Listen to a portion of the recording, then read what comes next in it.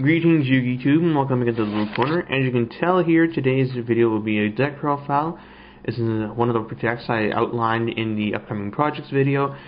It's an update to my very first actual deck I made since deciding to get back into the game. I had this built. I also had a somewhat prototype Disaster Dragon built, but I didn't have everything I need for that yet, i.e. Great Ice Darkness Metal Dragon. So this was the deck I took to a locals once back in January 2010, and I promptly got creamed because, oh boy, there were many things wrong. But still, it was a learning experience, and this is a deck I've visited repeatedly over the last couple of years just because, well, Northwemko was the very first ultimate rare card I ever pulled, so it's a bit, I'm kind of sentimental when it comes to that stuff. The very first ultimate rare card I pulled, I kind of wanted to build a deck around, and Northwemko's got a pretty nice effect. You can do some pretty neat tricks with her. You saw the Dragoonity video I did a while back, although I haven't done a full-fledged profile of her since I think the March 2010 format, so this is a bit overdue. That being said, I will cut out of here, sprawl the deck out, show you guys what I'm doing, and yeah. Okay, we're back with the deck, 40 cards, a lot of spells, only 3 traps.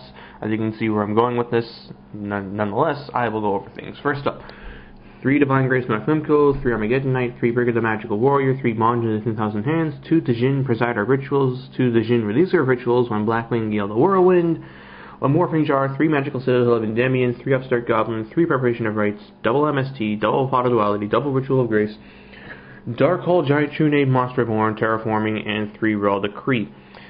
Okay, so what's the strategy of this deck? The core of the strategy involves making use of Magical Citadel of Endymion as a target for Divine Grace Northwemko. Her effect is that when she is ritual summoned, I select target face-up cards on the field equal to the number of tributes used for her summon. As long as those cards remain on the field, she cannot be destroyed by any card effect, be it Mirror Force, Dark Hole, Torrential Tribute, Scrap Dragon, so on and so on. And Magical Citadel of Endymion's effect is that when you play spell cards, either player, it gains counters. If it were to be destroyed, you can remove a counter instead. The only ways to get this off the field once it's set is either with another spell card, or bounce, or remove from play. You can't MST it, yeah, and even if you did, and you happen to chain your own MST, it'll gain a counter, and then you'll remove a counter and it stays on. So this lets you troll with Divine Grace a bit. Armageddon Knight is to dump dark monsters in the graveyard, of which I've got 4 very important targets, the Djinn monsters. The Djinn monsters' effects are, well, first and foremost, if they're in the graveyard, you can remove them from play as tributes for ritual summons, which is really nice, because then you don't need them in your hand. And they also grant your ritual monsters additional effects if they're used as tributes. Presider, when your ritual monster destroys a monster by battle, you draw a card. That's excellent. This makes up for the -1 that you make in order to ritual summon Divine Grace in that turn, or even the -2 or whatever. And afterwards, you just can keep plussing off of your opponent's set monsters. Djinn Releaser is the much more dangerous one. When you use this as a tribute, the ritual monster becomes Royal Oppression on legs, except it's completely one-sided, so you can still special summon your guys, but your opponent cannot, and it wins games. If you get the lock early on someone, then it becomes really difficult for them to come back, because she can't be destroyed by card effects, so your immediate outs of Dark Hole, Torrential Tribute, Smashing Ground, they have no effect on her. She's 2700 attack, so she'll run over a lot of things, and I'll be drawing stuff. The Breaker, the Magical Warrior, is in here as a tech, because I'm making use of all these spell counters, so I'll figure, hey, I can remove a spell counter each turn, blow up stuff. Breaker can potentially clear 2 back row in a turn, so he's MST on legs. He forces people's back row out immediately if they don't want to lose him, because chances are if I've got Citadel, Breaker, and your opponent has 2 back row, and I summon him, they're going to use bottom as a warning so they can at least save the 1 back row. If not, then hey, I can pop stuff. And on that note, the Gale, he's in here as, once again, as an immediate out to those problem cards, Shien, Doomcow, Ryo, and he tunes with Breaker to make Gagaga Magician, who then blows up more stuff. Morphing Jar in for draw power. just to salvage a bad hand and just to get to my stuff. Upstart, draw power, thins the deck out, adds counters to Magical Citadel. That's something else I like to do is draw, put a counter, draw, put a counter. Just getting counters on this fast is really important. On that note, 3 Preparation of Rites, just so I can get to my ritual monster that much faster and to thin the deck out that much more. 2 MST, that's obvious. Pot of Duality, it also thins out the deck. I've made it a point to try and thin the deck out to get to my win condition almost very, very fast. The deck in itself is a bit slow compared to others, and that's just a product of how this format is. If you can't get your setup going within the first 4 turns, you're going to have troubles winning nowadays.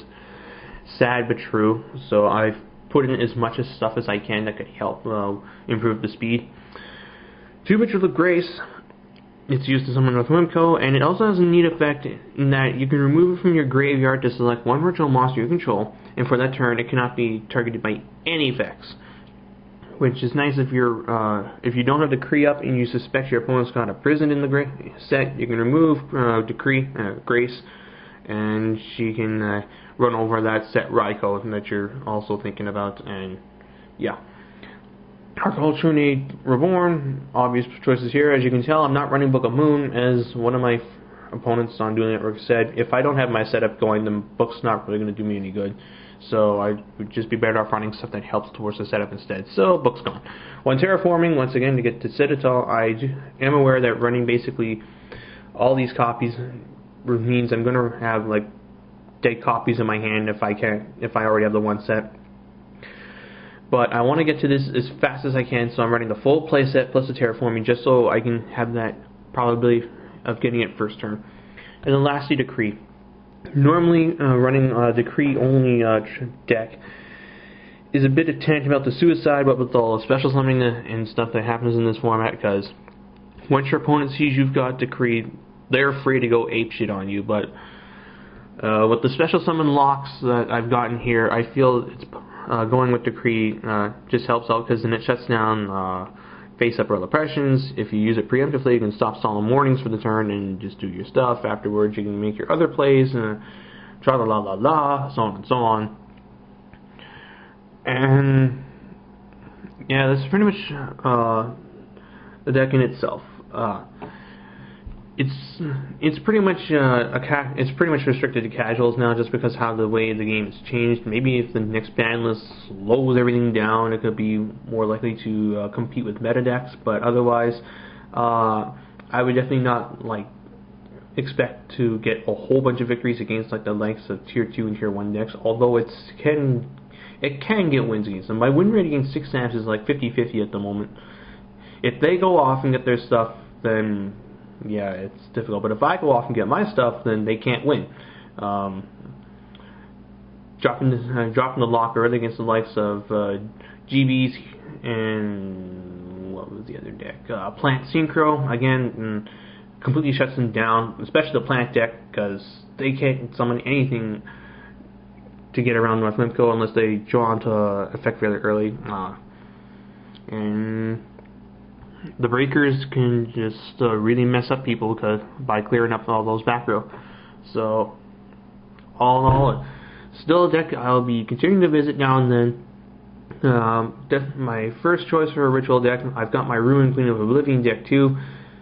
That also needs to be updated. And then I've got Agents of Perfection in the works. That being said, I'll cut out of here and give you guys some final thoughts. And that concludes the update to Citadel of the Beautiful Goddess, Citadel of Grace, Northwemko Control. I've got a couple names for this. I haven't really ever decided on one. Changes to the deck I plan on making in the future. There's a couple things I've got in mind.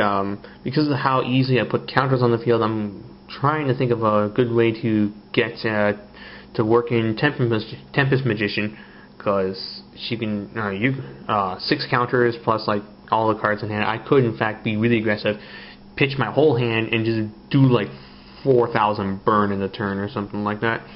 And the other idea I have is fitting in Doom Caliber Knight into the deck once Gold Series 4 is released.